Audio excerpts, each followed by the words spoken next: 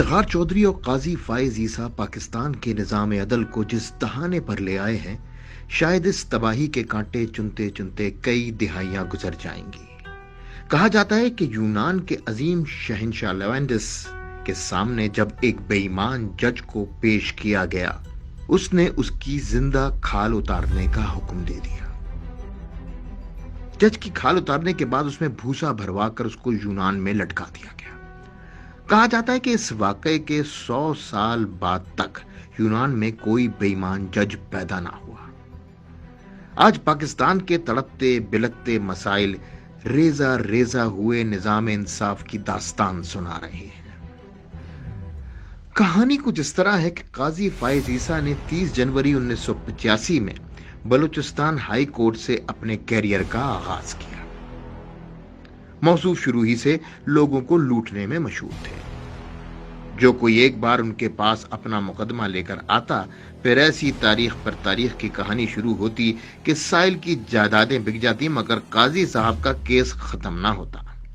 Supreme court کے وکیل بننے کے بعد قاضی صاحب نے محسوس کیا کہ وہ وکیل بن کر صرف ایک پارٹی کو لوٹ سکتے ہیں، جبکہ جج بن کر وہ دونوں پارٹیوں کو کنگال کرنے کی پوزیشن میں ہوں گے۔ لہٰذا عدالتی جوڑ توڑ اور بار کونسلوں کے داؤ پیچ کھیل کر وہ بالآخر جج بھی بن گئے۔ اب قانون ان کے گھر کی لونڈی اور انصاف ان کی داشتہ تھی۔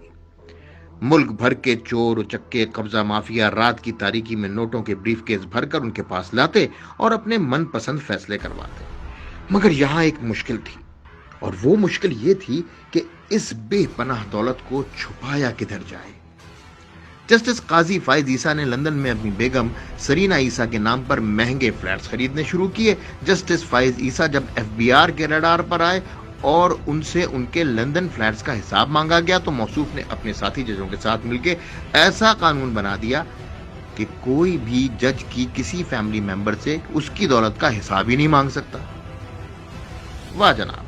اب میں پوچھتا ہوں، یہ نظام عدل ہے یا کوئی ریڈ لائٹ ایریا جدھر جج اپنا ایمان اور انصاف بیچ کر لندن میں جائیدادیں بناتے ہیں اور کوئی ان سے پوچھنے والا نہیں؟ کتنی مضحک کا خیز بات ہے کہ جب سرینا عیسیٰ سے لندن کے فلیٹس کا سورس آف انکم مانگا گیا تو کہنے لگی یہ زرعی انکم سے خریدے گئے ہیں۔ جب زرعی انکم کا سورس مانگا گیا تو فوراً ایسا قانون بنوا لیا گیا کہ آج کے بعد کوئی بھی جج کی بیوی سے حساب نہ مانگ سکے۔